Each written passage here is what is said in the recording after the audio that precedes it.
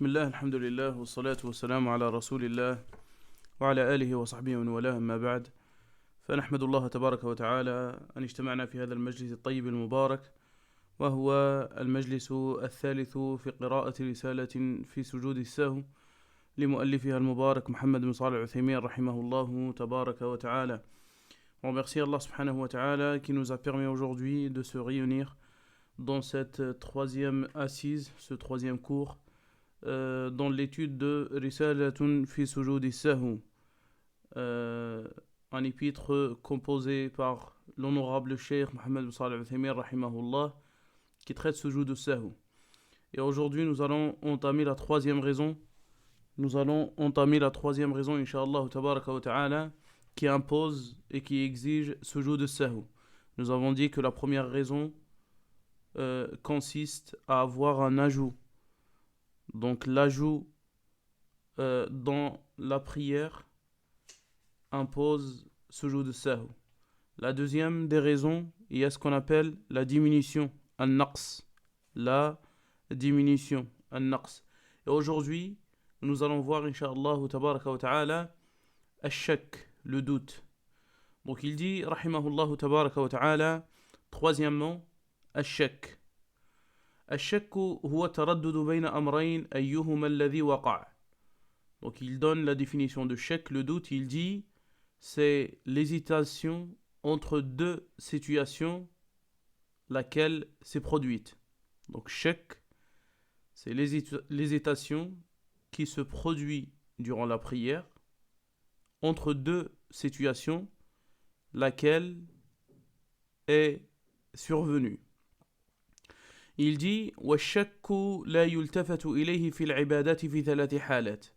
Prêtez attention à cette règle, elle est importante. Il dit que le doute, on ne prend pas en considération le doute dans les adorations, qui advient dans les adorations, dans trois cas. Donc les trois cas qui va les citer, rahimahullah tabaraka wa ta'ala, si on a un shak, un doute, alors on n'y prête aucune attention. Il dit dans trois cas, on ne prête pas attention à ce doute lorsqu'il advient. Le premier cas, إذا كان مجرد وهم لا حقيقة له كالوسواس. إذا كان مجرد وهم لا حقيقة له كالوسواس. Premièrement, quand il s'agit d'une fausse impression irréel, imaginaire, comme ce qu'on appelle al-waswas, les suggestions du diable. Donc, quand il s'agit d'une impression ou une fausse impression et un waswas qui advient dans l'adoration, peu importe laquelle, prière, ablution ou autre, alors on n'y prête aucune considération.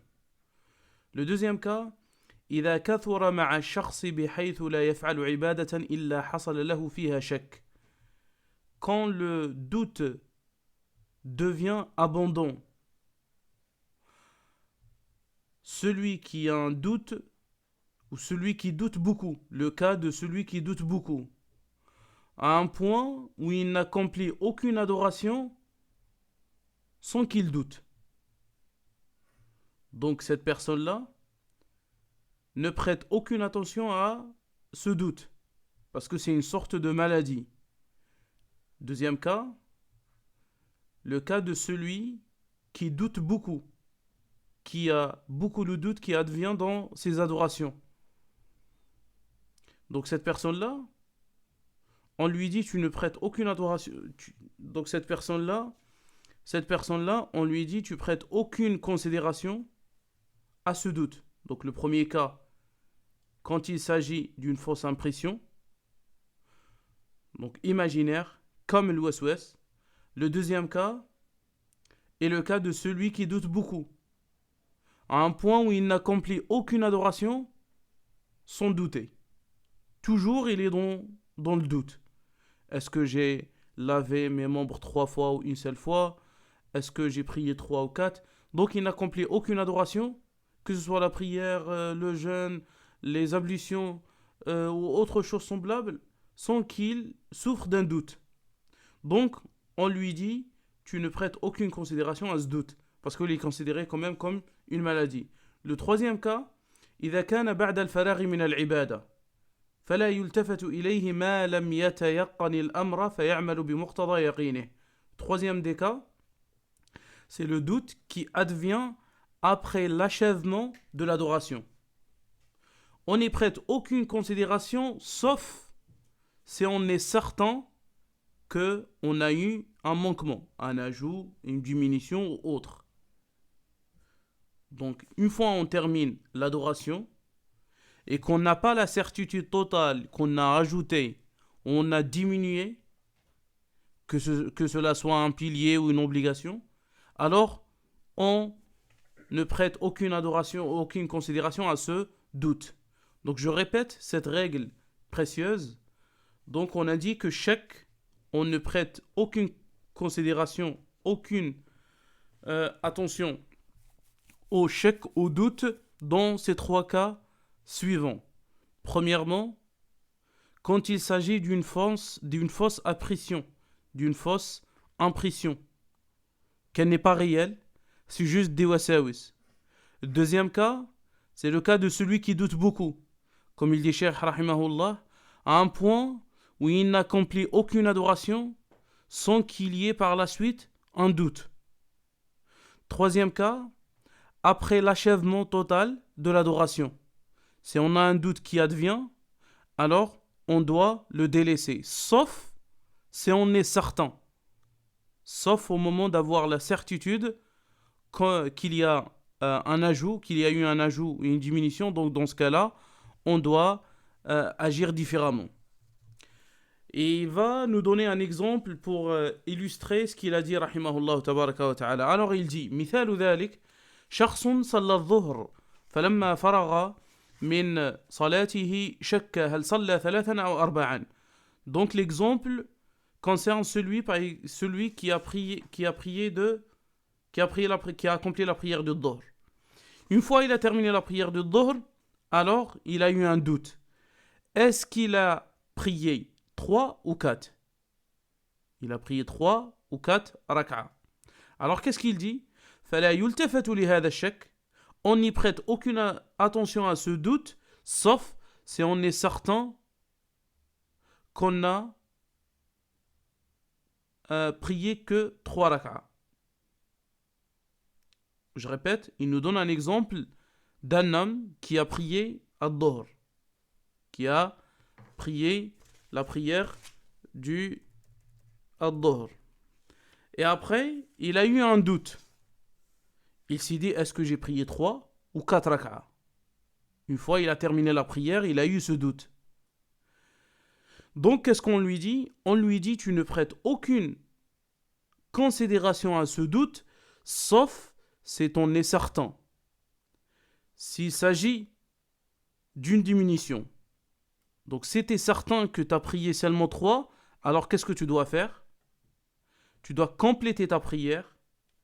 Comme nous avons dit dans le cours passé, tu dois compléter ta prière, c'est le temps et les cours. Ça veut dire il a fini la prière, quelques minutes après, il a eu ce doute. On lui dit, s'il s'agit seulement d'un doute, alors tu prêtes aucune attention. Si tu en es certain, alors tu dois compléter ta prière. Tu rajoutes ce qui te manque. Ensuite, tu fais taslim. Et ensuite, tu fais sujoud sahw. Et ensuite, tu fais taslim. Ça, c'est le cas de celui qui s'est rappelé quelques minutes après. S'il s'agit d'un long moment, alors il est dans l'obligation de refaire la prière à nouveau, comme nous avons vu dans le cours précédent. Il continue, rahimahullah, il dit وَأَمَّا الشَّكُّ فِي غَيْرِ هَذِهِ الْمَوَاضِعِ الثَّلَاثَةِ فَإِنَّهُ مُعْتَبَرٌ. Donc maintenant, il va nous traiter un chèque hormis ces 3 cas que nous avons cités précédemment. Donc il dit, hormis ces 3 cas, le doute doit être pris en compte. Et il va traiter ces cas dans lesquels le doute doit être pris en compte. Alors il dit, ولا يخلو الشك في الصلاة من حالين. Donc le doute qui advient dans la prière a deux cas. A deux cas. Le doute qui advient dans la prière a deux cas. Le premier, أن يترجح عنده أحد الأمرين فيعمل بما ترجح عنده. Donc le premier cas, c'est le cas de celui qui fait prévaloir une situation sur une autre. Donc on a eu un doute, et comme nous avons dit que le doute c'est une hésitation entre deux situations. Sauf que celui-ci arrive à faire prévaloir une situation sur une autre. Qu'est-ce qu'il doit faire donc? Il doit compléter ce qui lui manque. Il fait taslim, il fait sujoud al-sahw, et par la suite il fait taslim. On parle bien du cas de celui qui fait prévaloir une situation sur un autre.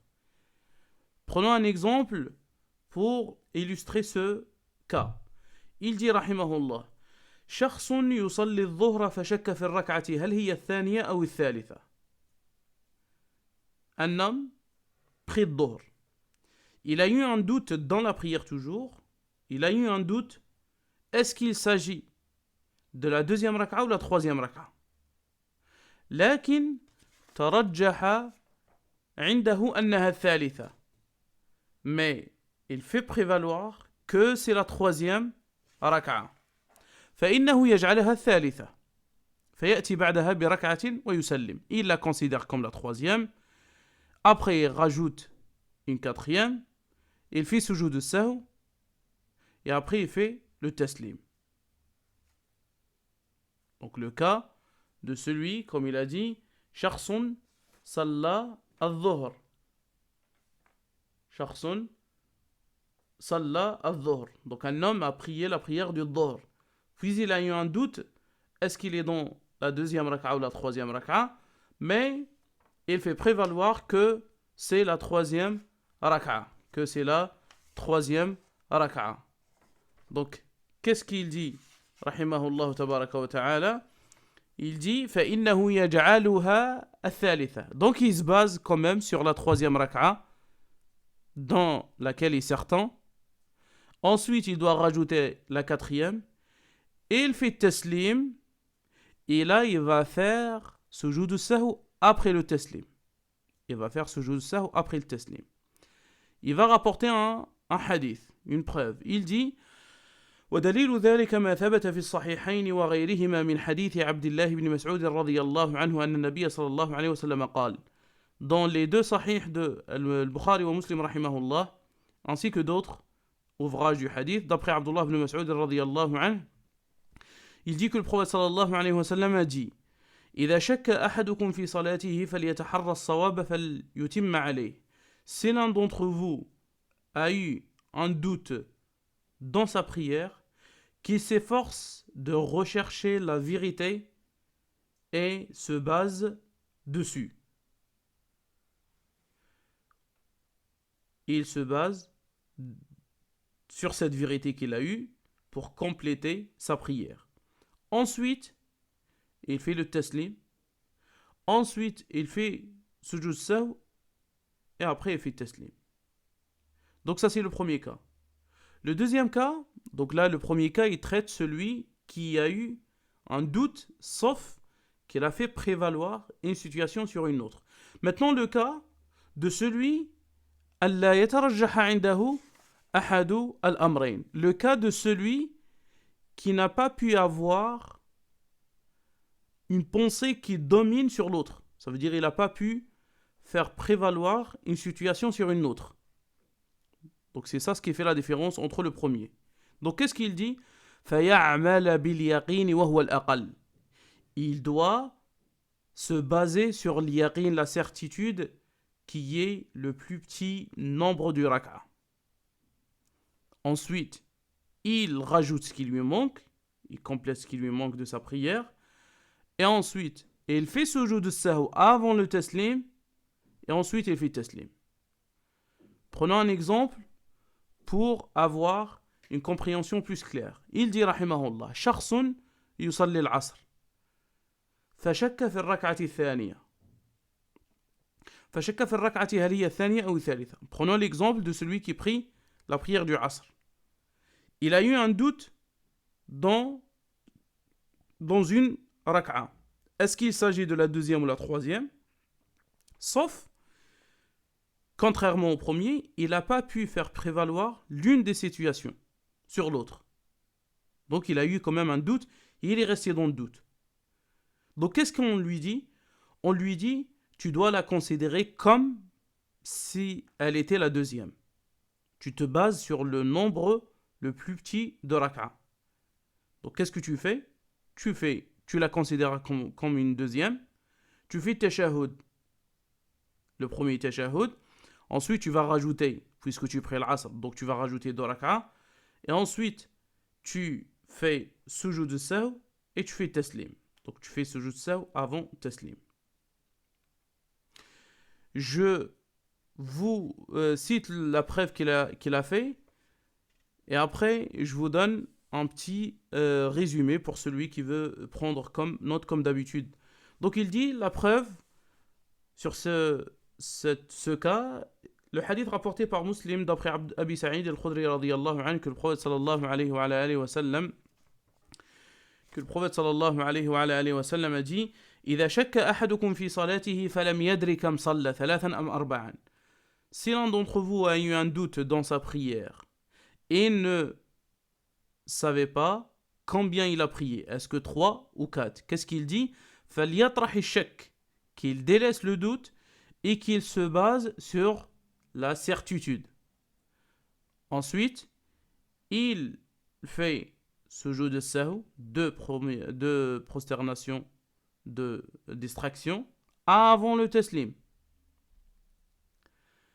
فإن كان صلى خمسا, s'il avait prié 5 unités de prière, alors ils lui seront une compensation de cet ajout. Et s'il avait prié quand même 4, il dit le prophète sallallahu alayhi wa sallam, sinon elles lui seront une humiliation pour le shaitan. Donc là, si vous avez vu, on a eu un cas, ou 2 cas plutôt, de celui qui doit faire ce jour de sahou après le taslim.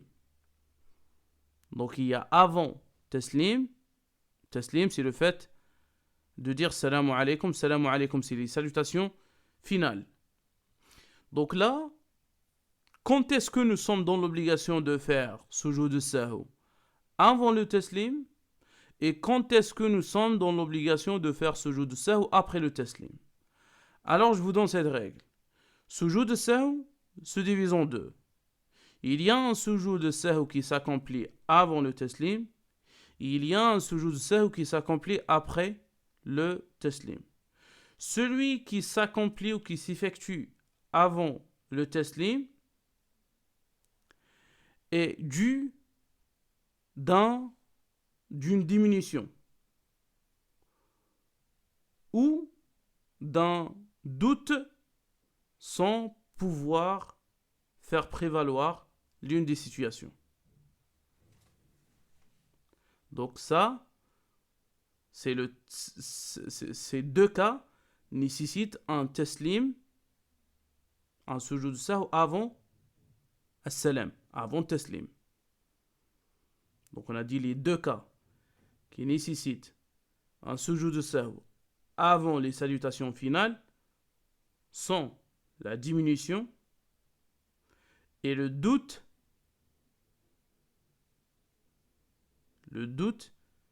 qui ne mène pas à faire prévaloir l'une des situations. On reste toujours dans le doute. Et on fait ce jeu de sahou après le taslim, après les salutations finales, dans 2 cas. Quand il s'agit d'un ajout, ou quand il y a un doute, mais qu'on a pu faire prévaloir l'une des 2 situations. Je refais le récap. Donc on dit, sujoud de sahou se divise en deux. Du point de vue de la réparation, bien sûr. Mais sinon, sujoud de sahou, comme nous avons vu, a trois causes. L'ajout, la diminution et le chèque, le doute. Maintenant, nous, ce qui nous concerne dans cette question-là, quand est-ce que nous sommes dans l'obligation de faire sujoud de sahou, avant taslim ou après taslim? Avant les salutations finales ou après? Donc, avant les salutations finales, c'est quand il y a une diminution, un naqs, ou quand il y a un chèque sans tarjih, sans le fait de prévaloir une situation sur une autre. Et on le fait après le salam, après le taslim, quand il s'agit d'un ajout, ziyada, ou un chèque avec tarjih, avec le fait de faire prévaloir une situation sur une autre. Donc le chèque, il y a un cas qui va avant le taslim, il y a un cas qui va après. Et après, il y a la diminution et l'ajout. Donc, Inch'Allah, c'est clair. On continue, Inch'Allah. Et il dit, rahimahullah. مثال ذلك مثال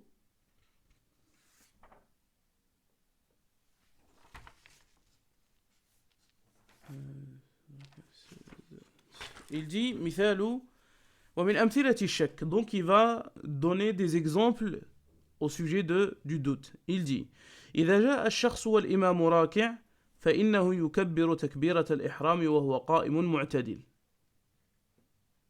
ثم يركع وحينئذ لا يخلو من ثلاث حالات. Donc là il va nous donner des exemples quand le shak advient. Il dit si quelqu'un vient pour prier en groupe, alors qu'il trouve l'imam, il est dans position de ruku'. Donc quelqu'un qui vient, qui rentre à la mosquée par exemple, où il veut prier en groupe chez lui, alors il arrive, il trouve que l'imam, il est dans une position de ruku', l'inclinaison. فإنه يكبر تكبيرة الإحرام. Donc logiquement, qu'est-ce qu'il va faire? Il va faire ce qu'on appelle takbiratul ihram. Debout. Et ensuite, yarka'. Et ensuite, il va s'incliner. حينئذ لا يخلو من ثلاث حالات. Pour cette personne-là, il a trois cas. Donc là, on parle du cas de qui? Une personne qui est venue pour rejoindre un groupe qui sont en train d'accomplir la prière. Il arrive, il voit l'imam il trouve l'imam qu'il est dans une position de ruku'. Donc, qu'est-ce qu'il va faire? Il va faire takbiratul ihram debout et ensuite, il s'incline. Donc, la situation de celui-ci a trois cas. Le premier, أن يتيقن أنه أدرك الإمام في ركوعه قبل أن يرفع منه فيكون مدركا للركعة وتسقط عنه قراءة الفاتحة. Le premier cas, c'est celui qui a eu la certitude qu'il a atteint l'imam alors que celui-ci, ce dernier, il était dans le ruku'.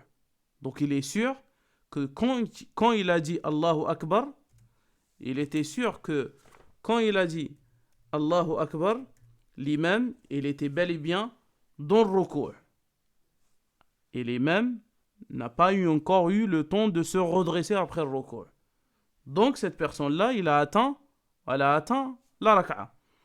Et il n'aura pas à lire la Fatiha. Donc, il a atteint la raka'a. Le deuxième cas, إن تيقن أن الإمام رفع من الركوع قبل أن يدركه فتفوته الركعة. Le deuxième cas, c'est le contraire du premier.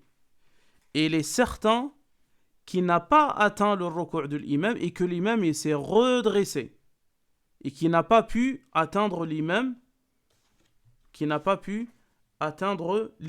il est arrivé, alors l'imam il s'est déjà redressé. Donc cette personne-là, qu'est-ce qu'elle doit faire? Elle a raté cette raka'a, elle doit la rattraper. Maintenant, on a un cas entre les deux, entre celui qui a atteint l'imam et celui qui n'a pas atteint l'imam. Toujours dans le ruku'. Du coup, ça c'est le troisième cas. أن يشك هل أدرك الإمام في ركوعه فيكون مدركا للركعة أو أن الإمام رفع من الركوع قبل أن يدركه ففاتته الركعة. Donc le troisième cas, c'est le cas de celui qui se trouve entre les deux, avec un doute. Est-ce qu'il a atteint l'imam avant son redressement? Ou est-ce qu'il n'a pas atteint l'imam qu'après avoir redressé? Est-ce qu'il a atteint l'imam dans son recours? Ou est-ce qu'il n'a pas atteint l'imam dans le recours? Il a eu un doute. Donc qu'est-ce qu'il dit? فإن ترجح عنده أحد الأمرين عمل بما ترجح فأتم عليه صلاته وسلم ثم سجد لسجود السهو وسلم إلا إذا لم يفته شيء من الصلاة فإنه لا سجود عليه حينئذ. Donc s'il a eu un doute, il était entre les deux, entre le premier cas et le deuxième, mais il a fait prévaloir une situation. Donc, qu'est-ce qu'il doit faire? Il doit se baser sur cette certitude, sur cette situation-là. Il doit compléter et terminer ce qui lui manque, s'il lui manque quelque chose, et ensuite, il fait ce qu'on appelle sujoud de sahw. Donc là, il doit terminer ce qu'il doit terminer, et fait le taslim. Ensuite, il fait sujoud de sahw après le taslim, sauf s'il n'avait rien raté de la prière. Dans ce cas-là, il n'a pas à faire ce jeu de sahw. Maintenant, par contre, si il n'a pas pu faire prévaloir une situation, il n'est pas certain, il est toujours dans le doute, est-ce qu'il atteint l'imam ou pas? Donc, qu'est-ce qu'on lui dit? On lui dit, tu dois te baser sur le nombre le plus petit des rak'a. وهو أن الركعة فاتته. Ça veut dire le fait de dire que tu n'as pas atteint rak'a. Tu n'as pas atteint cette rak'a. فيتم عليه صلاته. Il se base sur cette situation-là. Ensuite, il fait ce jeu de sahw avant le taslim. Et ensuite, il fait taslim. Donc, normalement, c'est clair. Je reprends cet exemple. Donc, on a, il dit, rahimahullah tabaraka wa ta'ala, il dit, shakhsun salla, il dit, shakhsun idha ja'a shakhsu wal imam raki'. Donc là, on parlait de quelqu'un qui rejoint la prière en groupe. Donc, il arrive, il trouve l'imam qu'il est en position de ruku'. Alors, il fait takbiratul ihram debout et par la suite il s'incline. Donc il dit, cette personne-là a trois cas. Soit il est certain qu'il a atteint le ruku' avec l'imam, donc il n'aura rien à rajouter, il a atteint rak'a, il n'aura pas le fatiha à réciter. Deuxième cas, c'est il est certain qu'il a raté le ruku'. Et par la suite, donc, qui dit rater le ruku' dit rater la rak'a. Le troisième cas, et c'est là où on a deux sous-catégories, on a celui qui a atteint l'imam et qu'il a un doute. Est-ce que je l'ai atteint alors qu'il était dans le ruku' ou je l'ai atteint alors qu'il s'est déjà redressé du ruku'? Donc, qu'est-ce qu'on lui dit? On lui dit, efforce-toi à trouver une certitude.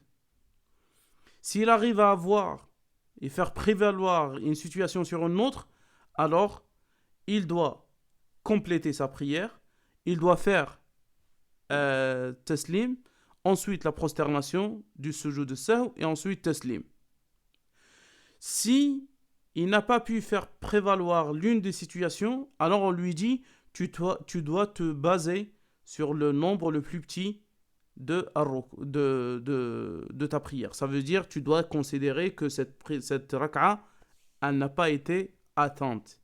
Elle n'a pas été atteinte. Donc dans ce cas-là, tu dois la considérer comme une rak'a qui n'existe pas. Et là, il va nous donner une faïda. Donc tu dois la considérer comme une rak'a qui n'existe pas. Et après, tu dois terminer ta prière. Tu dois faire sujoud al-sahw avant le taslim, puis tu fais le taslim. Maintenant, il va donner une faïda. Il dit إذا شك في صلاته فعمل باليقين أو بما ترجح عنده حسب التفصيل المذكور ثم تبين له أن ما فعله مطابق للواقع وأنه لا زيادة في صلاته ولا نقص سقط عنه سجود السهو على المشهور من المذهب لزوال موجب سجود السهو وهو الشك. Donc on va s'arrêter Inch'Allah tabaraka wa ta'ala sur ce point et nous allons reprendre Inch'Allah tabaraka wa ta'ala la prochaine fois qui sera le dernier cours de cette risala. هذا والله أعلم. سبحانك اللهم وبحمدك أشهد أن لا إله إلا أنت أستغفرك وأتوب إليك والسلام عليكم ورحمة الله وبركاته.